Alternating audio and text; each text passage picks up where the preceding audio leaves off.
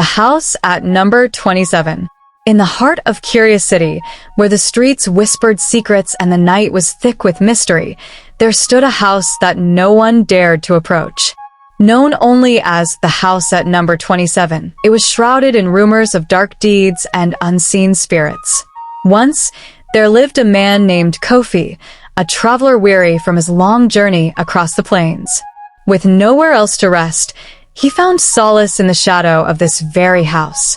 Unaware of its grim reputation, Kofi decided to unpack his meager belongings inside, thinking he had found a temporary refuge. As night fell, the house seemed to come alive. The walls groaned with stories of the past, and shadows danced with an eerie intent. Kofi, settling into what he believed was an empty room, began to unpack his life's possessions, each item placed with the hope of a new beginning.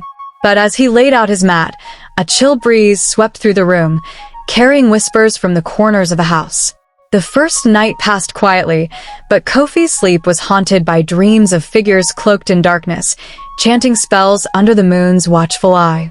The next morning, he found his belongings rearranged, as if someone or something had been exploring his life through his things. Intrigued yet unnerved, Kofi decided to explore the house, hoping to unravel its mysteries. Each room he entered told a story. One bore the marks of an ancient ritual, another held the scent of herbs long used in witchcraft. In the basement, Kofi discovered a hidden chamber, its entrance concealed by a tapestry of bizarre symbols. Inside, he found an altar adorned with trinkets and offerings, the air thick with the scent of incense long burned. Night after night, Kofi witnessed more. The shadows moved with purpose, and he began to hear voices, not just whispers, but conversations, plans being made in the darkness.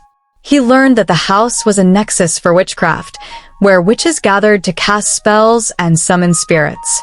The previous owner, a feared witch named McKenna, had left behind her legacy of magic, her spirit still lingering within these walls, guarding her secrets. Kofi, now caught in the web of this supernatural intrigue, realized he had to either confront the presence or fall prey to its whims.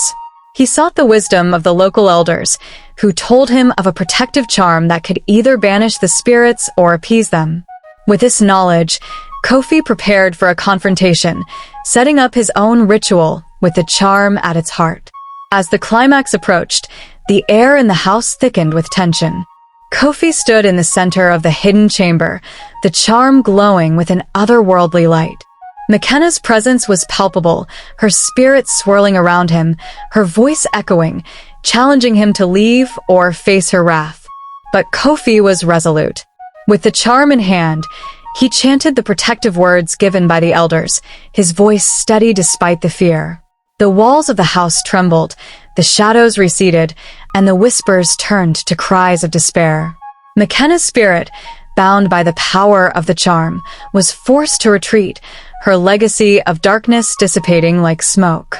As dawn broke over Curious City, peace returned to the house at number 27. The once haunted abode now stood silent, its air cleansed of malevolence. Kofi, having won his freedom against McKenna, the witch, stood at the threshold, watching the first light of day kiss the stones of the city. With a final look at the house, now free from its cursed past, Kofi gathered his belongings. He walked away from number 27, his steps lighter, his soul unburdened.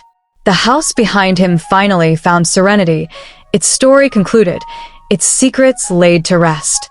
Kofi departed, leaving behind a tale of courage, magic, and redemption that would echo through the streets of Curious City for generations to come.